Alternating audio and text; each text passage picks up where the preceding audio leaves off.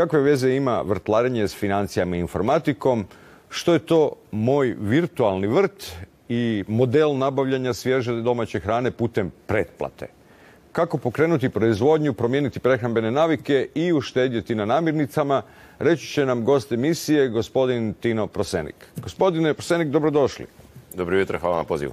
Evo, vi ste jedan od rijetkih koji za rast cijena hrane niste prvo uprli prstom u same trgovačke lance, nego više u navike ljudi. Pa navike ljudi u stvari definiraju kako će se razvijati nekakvo tržište, kako će se postrojiti nekakvi proizvodni distributivni kanali i u principu ovo gdje se sad nalazimo je rezultat naših odluka u prošlosti, a ne nekog direktora, nekog proizvodnog, nekog trgovačkog lanca. Dobro, a koje su to bile loše navike u prošlosti za koje vi mislite da jako utječu na cijene proizvoda? Pa, već nekoliko desetljeća fokusiramo se jako na trgovinu, a ne na proizvodnju. Kad gledamo samo broj ljudi zaposlenih u proizvodnji hrane i broj ljudi zaposlenih u trgovini, kako bi rekao, jedan čovjek proizvodi neku hranu, a četvorica trguju s njegovim proizvodom. To dugoročno nije moglo završiti drugačije. Dobro, ali s druge strane imate jednu primjedbu ste imali, kažete tipično Hrvatskoj, a gdje je jeftinije? Da, ako idemo kratkoročno gledati, normalno da ćemo gledati gdje je što jeftinije. I onda ako pogledamo, evo, neko može uvesti nešto jeftinije, a zašto ne bi bilo bolje, kratkoročno to izgleda sve prekrasno, a dugoročno se nađemo onda u problemu gdje taj netko u stvari odlučuje koliko ćemo mi platiti nešto što nam je esencijalno i bez tog ne možemo. Dakle, na početku idemo ovo jeftinije, onda trgovački lanci prepoznaju da je to jeftinije, pa uvoze to jeftinije, možda čak i lošije kvalitete, a onda je čak i to jeftinije, budući da svi hoće, možemo podići cijenu. Apsolutno, jer nije samo jeftinije, nego je lakše. Znači, proizvoditi hranu je užasno teško. Investicije su velike, povrat u te investicije je dug, volatilno je sve to skupa, meteorologija, svašta nešto. A naručiti tonu, prodati tonu je vrlo jednostavno i ako trgovac kojemu smo dali i mora raditi u okvirima slobodnog tržišta, on ima apsolutno pravo prilagoditi se ponudi i potražnji. Dobro, mislite da će utjecati sad ovo zabrzavanje cijena hrane, odnosno da ćemo sad jesti jeftinije, a kvalitetnije? Dobro, mislim, samo taj izjava jeftinije i kvalitetnije uvijek svima zvoni kao ne, i to je točno. Zamrznuti cijenu hrane je, kako bih rekao, doslovno, kad nestane, ne znam, nafte u naftovodu, dati ljudima kapute da se malo zagrnu, to je lijepo, stvarno, lijepa gesta, ali nema nikakve veze sa uzrocima problema. Dobro, kažete da bojkot ovih lanaca uopće ne bi bio potreban da se u Hrvatskoj konzumira više domaće hrane? Pa, kao prvo, svaka nekakva prezentacija javnog mnijenja, svaki protest protiv nečeg što očigledno nije dobro je pozitivna stvar i treba to podržavati. Ali isto tako ne treba zanemariti gdje u stvari leži uzrok situacije. Tako da imamo nešto što je nekakva impulzivna reakcija, imamo nešto što je analitičko definiranje nekog problema. Dobro, i tu ste vi našli nišu za svoj startup. Koliko sam primijetio na samom početku, odlučili ste zloupotrijebiti psihologiju ljudi i navesti ih na promjene u tim prehrambenim navikama kroz pretplatu. Mislim, ljudi uglavnom ne razumiju kad kaže kako to mislite, pretplatio sam se na kupnju hrane. To je, znači, taj neki, kako bih rekao, nekakva dijametralno suprotna strategija od one koju trenutno primjenjujemo. Trenutno gledam šta je danas jeftinije, šta je danas na akciji, to ću kupiti. Ne razmišljam previše o tome kakav to ima efekt na geopolitičku situaciju, na makroekonomske pokazatelje. Jednostavno, tu je neka akcija, tu sam kupio nešto euro jeftinije. Onaj drugi pristup, koji mi smo nazvali pretplata, je dugoročni odnos i dugoročna strategija. Pretplata je nešto. Pretplatu ne uzimamo za nešto što ćemo koristiti samo danas, pa ćemo sutra tražiti nešto drugo. Pretplatu koristimo kad se želimo vezati za nešto i posvetiti se nečemu, uložiti u nešto. A to je u stvari ono što bi i na nekakvoj višoj razini trebalo uložiti u proizvodnju. Da sad svi Hrvati, na primjer, karikiram, uzmu pretplatu na domaće proizvode, čuda bi se dogodila. Jer bi se pretplatili, nekako posvetili bi se domaćoj proizvodnji i taj neki domaći proizvođač bi rekao, ok, ima sad neku sigurnost, idem raditi. A to trenutno nije. Dobro, a vi ste se onda odlučili i osnovali ste, dakle, svoj startup Gruntek. koji evo sad puni skoro u 5. godini ste, jel? Možemo li ga još zvati startup onda? Moramo ga još zvati startup jer još uvijek nije dosegao nekakvu razinu u kojoj bi mogao se smiriti, nego mora gurat, rovat. I rast. Do koliko ste narasli? Ajmo probati gledateljima objasniti ovako. Prvo, koliko je taj vaš startup, odnosno Gruntek, velik i koliko otprilike ljudi može prehraniti? Pa, u principu, rast danas, kao prvo, poljoprivrednog zemljišta imamo beskonačno, puno više nego što nam treba, rast je neograničen. Možemo to gledati na razini Zagreba. Zagreb je dom za nekakvih 200.000 kućanstava, nešto više. Sa Grunteka se hrani negdje oko 1% tog Zagreba. Koliko je to ljudi? Dakle... To je nešto manje od 2000 kućanstava, a sad prosječni broj kućanstva mislim da je negdje oko 4. 4, znači 2000 puta 4, dakle vi sa svog grunta hranite, možemo uvjetno reći, 8-9 tisuća ljudi. Tako je. Što je, kako smo rekli, 1% nekakvog Zagreba. Ali, ako taj 1% postane nekakav, nekakav primjer kako bi stvari trebalo raditi, onda ima šanse ne samo za rast, nego za možda utrt put i sličnim takvim većim projektima. Ali ono što vi govorite, dakle, rasprostili ste se na koliko? 20 hektara? Pa da, imamo. Čak niti u ovim kapacitetima čak niti ne koristimo niti sav ne koristite ni 20 hektara, imamo čak i nekakav mali slikovni zapis da ljudi otprilike vide kako to izgleda. Ono po čemu se vi želite razdvojiti i drugačije se definirati na tržištu je ne koristimo plastiku, ne koristimo pesticide, dostavljamo direktno svježe kod vas. Kako to funkcionira? I ne bacamo hranu.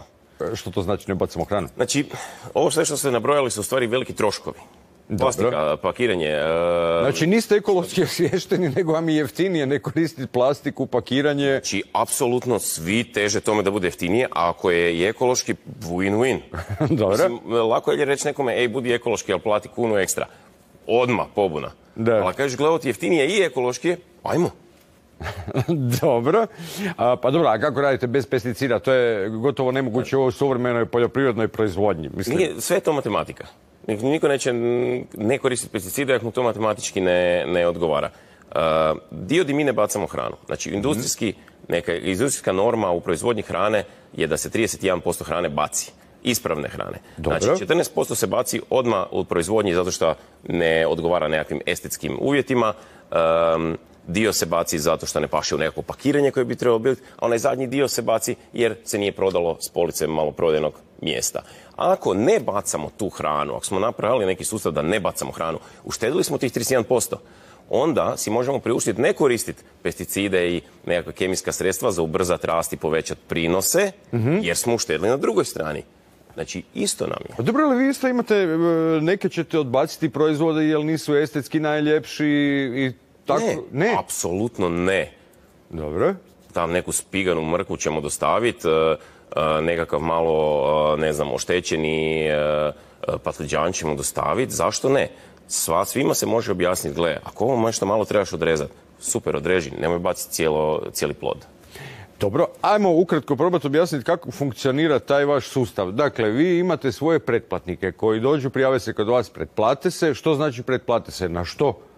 Pretplati znači obveži se da ćeš sljedećih godinu dana jest povrće iz tog svog vrta koji si uzeo. Znači, mi ćemo taj vrt uzgojiti za tebe, mi ćemo te sadnice posaditi, uzgojiti biljčice, brinuti se za njih, pobrat svaki tjedan kad je ta neka berba i dostaviti doma. Ti se obvezuješ da ćeš tu lijepo košaricu uzeti i popapat. A ako nećeš, onda ćemo mi svaku tu košaricu koju smo ubrali, jer ne možemo ju ne ubrati, ne možemo pauzirati tog patliđana da nas malo pričeka, mi ćemo to pobrat, ali ćemo, ako ti ne želiš to, dostaviti dječjim domovima i pučkim kuhinjama, bilo kome treba, to se neće baciti. Na taj način ti si nekako ono što bi se bacilo kad ti nije trebalo, si preusmjerio nekom drugome, a da nisi morao posebno platiti za neku, neki charity ili... Dobro, ali koliko ja mogu li ja uopće toliko unaprijed, ja sad iskreno ne znam koliko će mi u sljedećih godinu dana trebati povrća. Kao prvo, koliko god jedete povrće, jedete premalo. Znači, to je sigurno. A zato postoje paketi koji se kvantitativno razlikuju, nazovimo to mini maxi, gdje ono ako mi treba malo, malo. Ako mi treba puno, puno, ako mi je previše smanjit ću, ako mi je premalo uzet ću veći paket. Hvala Bogu da se na to isto misli. Dobro, ali šta ću onda s tom pretplatom? Ja na početku se moram odlučiti za nekakav paket i sad šta znam, ja na početku mislim da će mi trebati 500 kila nečega, na kraju se godine ispostavi da je meni trebalo 100 kila. Da, to je, znači, svako ko se iko bavio nekakvom prodajom zna da mora prilagoditi se potrebama korisnika. U ovom trenutku što se od tog nekakvog građana očekuje je samo da promijeni tu malo svijest. Ne idem sad nešto kupiti, što znam da dolazi iz nekog sustava koji ima stvarno loše posljedice, nije održiv i šteti meni. I idem se pretplatiti na nešto što je manje komfortno. Znači, otići kupiti komad nekog povrća u dućan je najlakša i najkomfortnija stvar na svijetu. A reći nekome, ajde ti posadi meni taj neki vrt iza kuće, onda ću ja jest šta u tom vrtu raste i kad raste, ali ću znat točno šta je i kako je došlo do mene i znam da je održivo i dobro, a košta me isto ko što me košta i ovo drugo, samo minus taj komfor. Taj moment je najbitniji. Da kažem, ok, odričem se 5% svog komfora da bi stvari sutra bile bolje i da bi se hranio bolje. Ne samo to, koliko sam čuo, kod vas vi zapravo tijekom cijele godine zapravo uvijek se jede sezonsko povrće. Tako, dakle, nema ja ću vam uvesti egzotično povrće ili nešto drugo. I druga, možda kupcima važnija stvar, vi njima jamčite jednaku cijenu cijele godine. Apsolutno, to je poanta pretplate. Pretplata... Znači, nema oscilacija. Danas mi je krumpir 2 eura, sutra je 3, 5, meni je uvijek ista flat cijena. Ali to je prekrasna stvar kod tih dugoročnih planova. Krumpir košta onoliko košta kad se posadi. On, kako bih rekao, nema sad nekakvu potrošnju dok on tamo stoji i raste. Ima tu nekih sitnica, zaštita je prihrana, ovo ono, i plaće i tako dalje. Ali to su relativno male varijable. Volatilnost cijena na tržištu je uzrokovana cijelim ovim putem proizvoda, odnosno hrane, od proizvodnje do maloprodaje, do kućanstva. Taj put je volatilan. Gorivo, marže, takve stvari. Onaj tamo mladi luk koji je posađen i koji za Uskrs će izrasti, mi već znamo koliko on košta. On ne može se niknuti i reći, ja koštam više. Znači, tu nema iznenađenja. Ali imate vi isto tako nekakve svoje troškove koje nisu fiksni. Dakle, vi vršite distribuciju, odnosno svojim pretplatnicima dostavljate na adresu te košarice, povrća. Mislim, to je isto neki trošak. Kako ste riješili to pitanje logistike? O Bože mi, pa svako ko se bavi ikakvim poslom treba bi moći isplanirati godinu dana unaprijed kakvi će mu biti troškovi. To stvarno nije, ne treba tu raditi neku dramu. Znači, to je planiranje posla koje je vrlo, vrlo osnovna stvar i može se isplanirati, ugraditi cijenu i na kraju krajeva zna se točno koliko će se nečega isporučiti u godinu dana i koliko to mora koštati. Ali mi stvarno ne moramo svakih mjesec, dva ili kak je to u maloprodaji ponekad svakih tjedan, dva mijenja cijene da bi, ne znam, opravdali nekakve varijacije u našim rashodima. To stvarno nije potrebno. U pretplati stvarno se može čovjek osloniti da će godinu dana plaćati točno onoliko koliko je dogovorio. Dobro, to je jedan teaser koji može biti za potencijalne pretplatnike, a drugi je, dakle, da će imati, ajmo to nazvati, ekološku proizvodnju, dakle, bez pesticida, bez umjetnih gnojiva. Ili imate umjetnih gnojiva? Ne. Znači, ništa od tog nije potrebno ako se ne baca hrana i ima za sve dovoljno. I još pri tome mogu biti društveno odgovorni, odnosno ako oni ne žele tu hranu, hrana se dostavlja nekom drugom, odnosno ne baca se. Dobro, organska hrana ima vjerne potrošače diljem svijeta, ali u zadnje vrijeme primijetio sam da zapravo sa inflacijom i rastom cijena ljudi se češće odlučuju za jeftiniju. Mislim, načelno žele organsku, ali im se to možda čini malo preskupo u ovom trenutku, pa kažu, pa dobro, kad bude bolja vremena, onda ćemo preći natrag na organsku. Je li to zakočilo vaš projekt? Evo, kad pričamo o toj organskoj hrani, ja se uvijek sjetim na faksu, vas uči, a to stvarno je živa istina, da ne postoji zdrava i nezdrava hrana, postoji samo hrana i nehrana. Znači, ako je nešto nezdravo, ne zadovoljava definiciju hrane. Tako da ta organska hrana, koja je, kako ste sami rekli, bez pesticida, je u stvari hrana. A ovo drugo, što ima na sebi neke otrove, to se ne bi trebalo smatrati hranom. Tako da u nekom trenutku nije to stvar luksuza. mi smo otišli u zadnjih nekoliko desetljeća jako u tu nekakvu kemijsku industriju u hrani i patvorili smo tu hranu da bude nešto što je lijepo, ali u stvari ne zadovoljava osnovnu definiciju. Standardizirano sve, jednake veličine, jednakog oblika, boje. Ljudi sad već polako podsvjesno, a neki i svjesno razmišljaju o tome, gle, moram jest organski zbog tog i tog, ali je skuplje. Mislim, a je li skuplje? Je, apsolutno je skuplje, jer ovo što je napravljeno na tom nekakvom bustanom procesu je naravno jeftinije, jer je jednostavno napravljeno kraće, u kraćem vremenu, s manje truda, šta god. Ali s vremenom ta će se razlika smanjiti. Što više ljudi se bude odlučivalo neću ugutat pesticide, to će se ta razlika u cijeni više smanjivati, jer će količinski se više kupovati ove druge hrane. I onda će ovo ostati, bojim se, ta nekakva, nazovimo to kemijski tretirana hrana, će ostati za, ne daj Bože, nekog ko ne može si priuštiti normalnu razinu nekakve zdrave hrane, uvjetno rečeno, a s vremenom bi trebalo skroz nestati. Dobro, ali s druge strane, koliko treba ovakvih vaših projekata i startupa tipa Gruntek, dakle taj, da bi se prehranio Zagreb? Pa evo, Gruntek je 1%, znači još samo 99%. Dobro, ima li toliko, prvo zemljišta, drugo poduzetnika koji se žele tim baviti i ono što mi se čini najvažnije, kako rješavate problem radne snage? Pa ovako, znači, nećemo sad tražiti 99 poduzetnika da prave to, time bi se trebale baviti nekakve organizacije, institucije i tako dalje.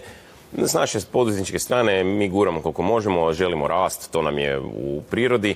Nećemo vjerojatno prerasti sa 1 na 100% sigurno, ali idemo u tom smjeru i budemo primjer drugima. Ograničavanje rasta naravno da tu ograničava rast i radna snaga. Da. Mi u principu u proizvodnji ne uspijevamo dobiti uopće domaću radnu snagu. Znači, niti visoko kvalificirano, nisko kvalificirano, ništa. Čim neko vidi tam neko polje, to je pod vedrim nebom i ponekad nevedrim, niko neće to raditi. Dobro, i onda di nalazite ih uglavnom uvozna radna snaga? Apsolutno. Evo, na Grunteku već sad 4. godinu isti tim. Hrvata ima u postotku 0. I očajnički tražimo, pogotovo visoko kvalificiranu radnu snagu. Šta malo plaćate? U čem je problem? Znači, apsolutno to nije nikakav problem. Znači, mi smo prošle godine isporučili 350 tona povrća. Nije to više tak malo. Plaće se mogu plaćati. Naši uvozni radnici imaju jako dobre plaće i uvjete. Znači, ako se ne brinemo za proizvodnju i za ljude koji proizvode, onda ćemo se mi naći u ovoj situaciji gdje se sad nalazimo kao građani. Tako da sad jako se brinemo za tu proizvodnju. Ali... Rekli ste 350 tona hrane ste... 350 tona povrća je isporučeno prošle godine. Ove godine planirate manje, više? Pa ispod 500 bi bilo sve poduzetnički neuspjeh. Možda gledatelji ne znaju koliko je to 500 tona. Koliko to je kao jedan malo veći dućan? Ne, to je puno više od dućana. Jedna voćarna će imati možda oko 200 kila u svakom trenutku, neka malo veća trgovina.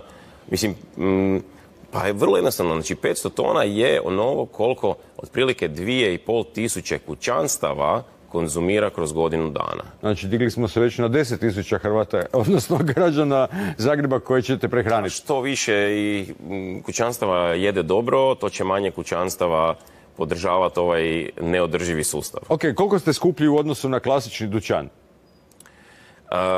Klasični, trgovički lanac. Ako pričamo o organskim proizvodima, Gruntek je značajno jeftiniji.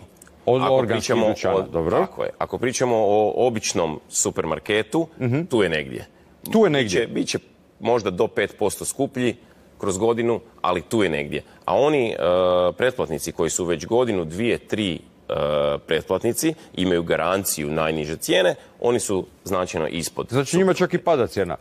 Ne pada im cijena, nego se zadržava ispod bilo koje novije cijene. A nekako morate, kako bi rekao, zavrijediti lojalnost svojih dugoročnih klijenata.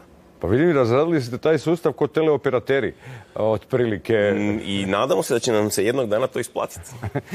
Evo, bilo je ovo lijepo za zaslušati neke nove ideje. Nadamo se da će taj vaš startup zaživjeti, proširiti se. 500 tona pa nek bude 1000 tona i svake godine sve više. Želim vam puno pretplatnika, a za sada puno vam hvala na dolasku u studio i ovom razgovoru. Hvala vama. Eto, svi se zaklinju u organsko, svježe i zdravo. A onda, kao kupci, često posrnu jer im se nešto usput ili trenutno čini jeftinije na akciji u obližnjem trgovačkom lancu. Možda baš onom kojeg su jučer bojkotirali. Najteže je mijenjati navike, pogotovo prehrambene. Je li pokret za proizvodnju hrane rješenje, to procijenite sami. Poštovani gledatelji, hvala na pažnji i doviđenja.